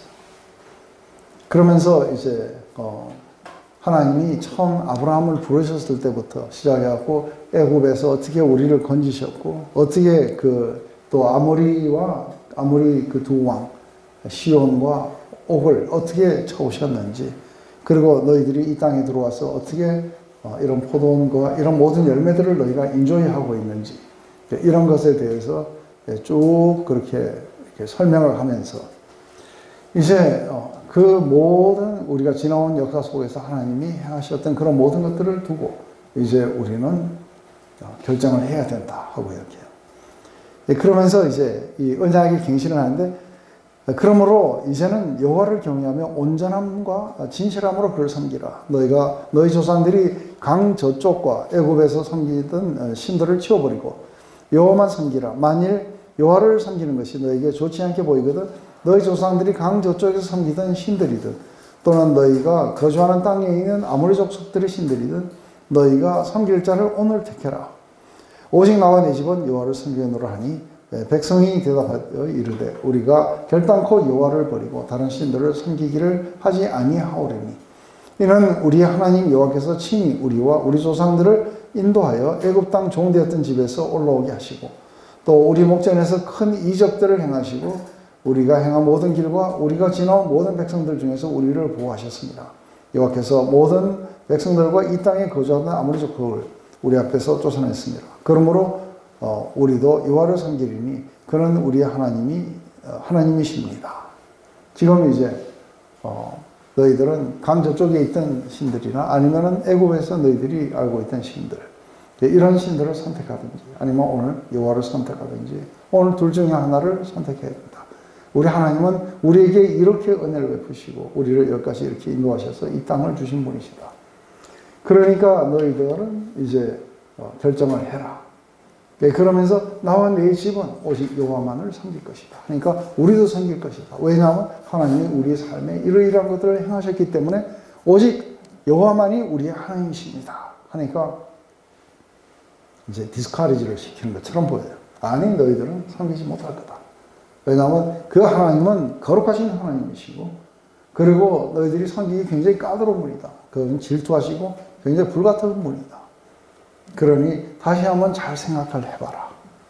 그러니까 아닙니다. 우리가 섬기겠다 하고 그렇다면 좋다. 우리가 언약을 맺고 이 돌을 갖다가 여기다가 이렇게 세우면서 이제 이 이야기들을 하게 되는 거죠. 그래서 이 이야기 속에서 우리가 한 가지 알 수 있는 건 뭐냐면은 제가 인도네시아에 그렇게 선교 여행을 가면은 인도네시아는 그 자바 수마트라가 이게 회교 지역이에요. 근데 자바 수마트라를 지나서 이제 이쪽으로 거꾸로 반대쪽으로 가면은 이렇게 티모르가 나오고 그 다음에 이리안자야 이렇게 나와요. 근데 딱 그 중앙에 뭐가 있냐면 발리가 있어요. 그래서 참 인도네시아는 이상하게 이게 서쪽으로 가면 갈수록 이게 모슬렘이 심해지고 동쪽으로 가면은 기독교가 성행해요. 딱 그 중앙에 있는 이 발리는 힌두교예요. 그래서 이 발리에 우리가 몇 번 이렇게 선교인 걸 간 적이 있었어요. 그런데 이게 힌두교들의 문제가 뭐냐면 예수님을 전하면 잘 받아들여요. 그래서 왜 이게 받아들이냐면은 다신교니까 뭐 예수님을 받아들이니까 아무 거부감 없이 받아들이는 거예요. 그러니까 우리로서는 이 사람들이 진짜인지 아닌지를 알 길이 없는 거예요. 그래서 뭘 하냐면 그때 당시에 아주 굉장히 저하고 저보다 나이가 조금 어렸는가 하는 굉장히 멋있는 사역자가 하나 있었어요. 유누스라고 아직도 이름을 기억해요. 이 청년이 따라다니면서 제가 가서 이렇게 전달을 해갖고 그 사람 받아들이면은 이제 그 유누스한테 가는 거예요. 유누스한테 가면은 유누스는 뭘 이거 하게 되냐면 네가 오늘 예수님을 받아들인다는 게 뭘 의미하는 건지 뭐 가족에서부터 핍박을 받을 수도 있고 동네에서도 핍박을 받을 수도 있고 여러 가지 불이익을 받을 수 있다. 하지만 하나님은 너를 끝까지 그렇게 책임지시고 너를 영원한 삶으로 인도하실 것이다. 그래서 이게 네가 이런 걸 받아들였다는 것을 네가 사람들이 알게 되면 네가 받아야 되는 불이익이 뭐다 하고 이야기를 해주고 그래도 네가 하나님을 섬기겠느냐 하고 물어보면 그래도 섬기겠다면 이게 진짜예요. 그래서 이제 또 그런 지역을 우리가 방문한 적도 있어요. 왜냐하면 모슬렘들만 이렇게 있는데 그 집에 한 집이 예수님을 믿은 거예요. 그러니까 그 사람들은 굉장히 교회도 없고 굉장히 외로운 속에서 이게 믿고 있는 거예요. 그래서 이제 우리가 그 집을 방문해서 거기에서 함께같이 예배드리고 하면 이 사람들 막 눈물을 흘려요. 모슬렘들에게 둘러싸여 있는 이웃은 전부 다 모슬렘인데 자기 혼자 외롭게 하나님을 믿었는데 그런데 하나님이 사람들 보내주셔서 함께같이 예배를 하겠다고 이렇게 되자 저쪽 어떤 또 다른 집에 거기에 그 동네 의사였는데 이 사람이 크리스찬인 거예요. 그러니까 이런 어떤 팀들이 왔다니까 자기 집으로 이렇게 초청해요. 그러면서 너무너무 기뻐하는 거예요. 이렇게 그 모슬렘 지역에 내밖에 없는 줄 알았는데 하나님 보내셔갖고 함께 왔다고. 그러면서 아주 그냥 이렇게 음식들을 조금 이렇게 차려놓고 그때도 지금도 이렇게 잊혀지지 않는 것은 이 사람이 찬양을 하자고 제의해요. 근데 그 찬양이 뭐냐면 갑자기 자기가 먼저 할 테니까 따라 해보라고 했더니 그게 바로 In moment like this I sing out a song 하면서 이거 하면서 너무 기뻐하고 막 춤을 추는 거예요. 아주 굉장한 부분이 있었죠. 이런 어떤 환경 속에서 이제 예수님을 믿는 사람들의 이걸 갖다가 뭐라 하냐면 이제 위탁이라고 해요. 그래서 그냥 예수님께서 얘기하면 예 하고 하면은 위탁이 얼마큼 강한지를 몰라요. 근데 이 위탁을 강하게 하기 위해서 이제 반대급부터 이야기해 줘야 돼요. 이걸 믿게 됐을 때 이게 다 만사 오케이 되는 거 아닙니다 하고 고난도 있게 되고 이런 것들이 있을 것입니다. 그럼에도 불구하고 우리 주님을 받아들이시겠습니까? 했을 때 이 사람들이 이해하고 이렇게 만드는 과정을 뭐라 하냐면 위탁을 강화시키는 거예요. 오늘 여호수아가 그걸 하고 있는 거예요. 이 백성들이 아니다. 우리는 그런 일이 있다 하더라도 우리는 하나님을 섬기겠다. 오직 여호와만이 우리의 하나님이시다 하고 이들이 이제 계속해서 더 이게 높아져 가는 거예요. 그러려고 아니 너희들은 하기 힘들 것이다. 그렇게 해서 이들이 하겠다고 이야기하니까 여호수아가 이 모든 말씀을 하나님의 율법책에 기록하고 큰 돌을 가져다가 거기 여호와의 성소 곁에 상소리 나무 아래서 세우고 모든 백성에게 이르되 보라 이 돌이 우리에게 증거가 되리니 이는 여호와께서 우리에게 하신 모든 말씀을 이 돌들이 들었습니다. 그런즉 너희가 너희의 하나님을 부인하지 못하도록 이 돌이 증거가 되게 하라 하고 백성을 보내어 각기 기업으로 돌아가게 하였더라. 이러면서 이제 돌을 세우고 이제 위트네스가 셋이에요. 돌도 들었고 그리고 나도 들었고 그리고 여기에 지금 이렇게 율법책에다가 그렇게 기록하고 그래서 율법책도 증거예요. 그래서 거기에다가 이들이 이렇게 결정을 했다 하는 걸 적어놨어요. 그래서 율법책도 있고 돌도 들었고 그리고 나도 들었다고 이렇게 하는 거죠. 이제 마지막 여호수아가 이제 죽는 장면이 나와요. 마지막 이 일 후에 여호와의 종 눈의 아들 여호수아가 110세의 죽음에 그들이 그의 기업의 경내 담넷 에사라의 장사였으니 담낫세라는 에브라임의 산지 가서 산 북쪽이었더라.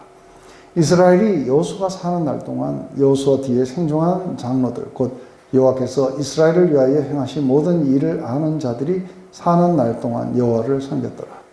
또 이스라엘 자손이 애굽에서 가져온 요셉의 뼈를 세겜에 장사했으니 이곳은 야곱이 크시타를 주고 세겜의 아버지 하몰의 자손에서 산 밭이었더라.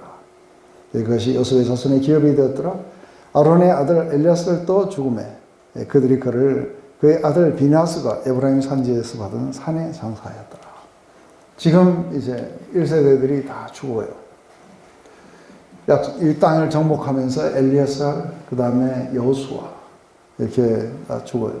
근데 한 가지 제가 이걸 보면 여호수아에 대해서 그 한 부분은 여호수아는 아마 제가 생각할 때 30대 후반 아니면은 그 정도의 이렇게 모세를 만났을 거라 봐요. 어느 날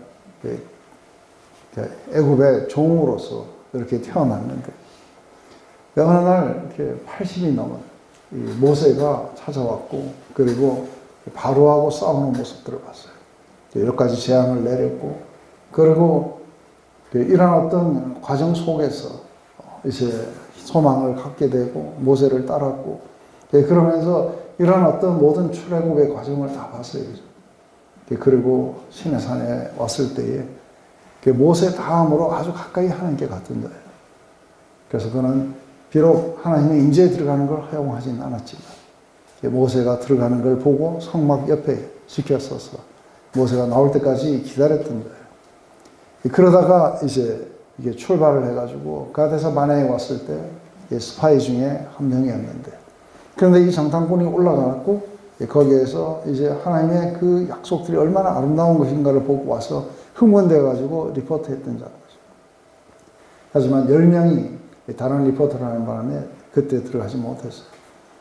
그러면서 이 땅을 거쳐오면서 하나님이 승리를 주신 것도 봤고 그리고 모세에게 그렇게 함께 하시는 것을 봤어요. 그렇지만 모세는 못 들어가고 이제는 가나안 정복이 자신의 그 임무에 어깨 위에 이렇게 달리게 된 거죠.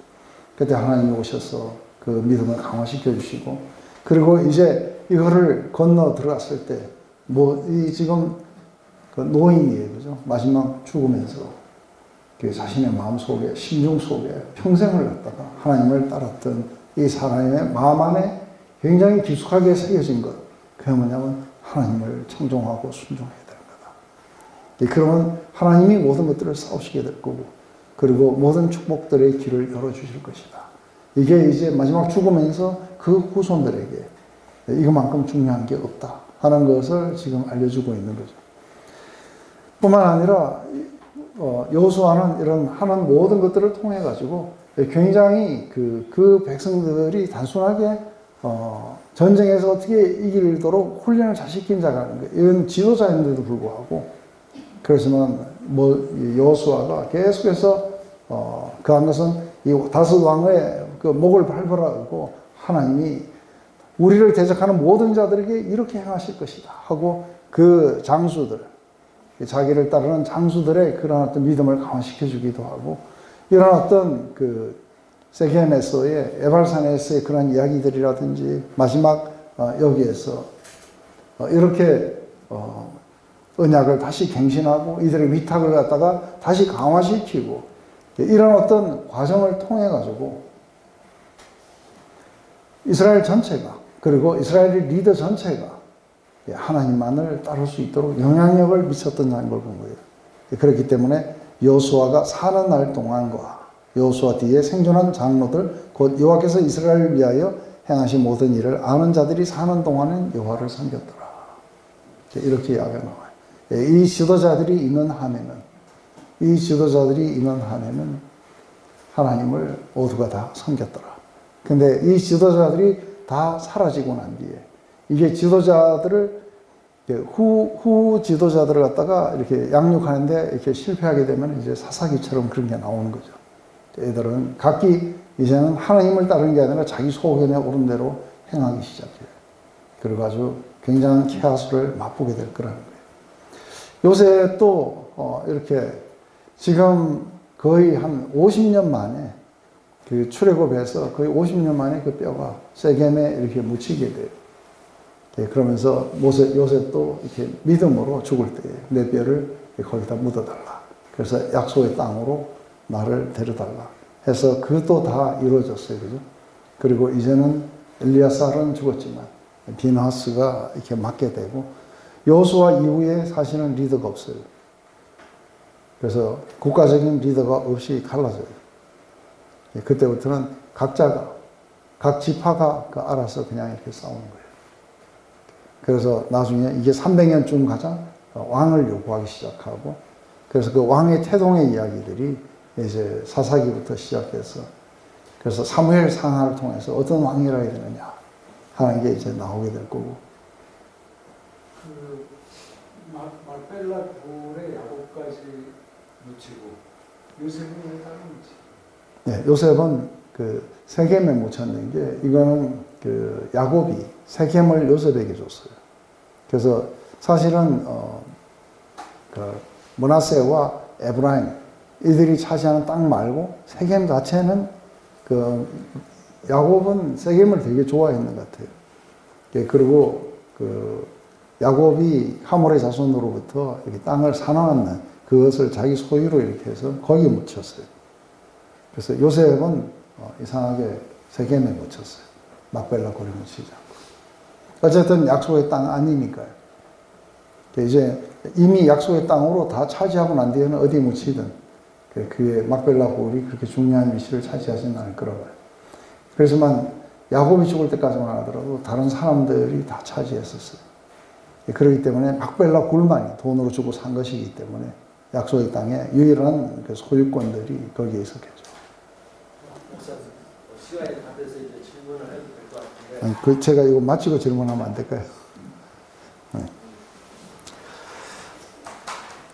하나님 오늘 이렇게 강력한 지도자를 주심을 봅니다. 믿음을 강화시키고 그리고 그가 온 나라를 이끌 때에 어떻게 전쟁하는 것인지를 그가 알 뿐 아니라 그리고 그 후세들에게도 계속해서 하나님이 싸우실 것이다. 우리는 하나님에게 절대적으로 순종하는 것이 필요하다. 오직 하나님을 그렇게 가까이 하고 하나님만을 사랑하는 것이 우리들의 모든 분목인 것을 바로 이 마지막 죽어가는 그 속에서 유언처럼 이 구별 열선 속에서도 이것이 나오고 있는 것을 봅니다. 그리고 그가 살아있는 동안에는 모두가 다 그리스도를 섬길 수 있도록 또 하나님을 섬길 수 있도록 했던 것을 봅니다. 하지만 오늘날 우리들에게는 하나님 우리들의 자녀들의 문제 또 우리의 가까운 사람들의 문제들 그 속에서 우리가 이렇게 선한 영향력을 미치며 그들을 하나님께로 인도하고 그리고 그들이 모두가 다 하나님 앞에 살아있도록 그렇게 선한 영향을 미치기에 하나님 우리의 믿음이 너무 부족한 것을 봅니다. 하나님 우리에게 강한 믿음을 주셔서 우리가 사랑하고 우리가 관계하는 가족들과 이런 모든 사람들이 하나님 안에서 강하게 설 수 있도록 하나님 우리를 통로로 사용하여 주시옵소서.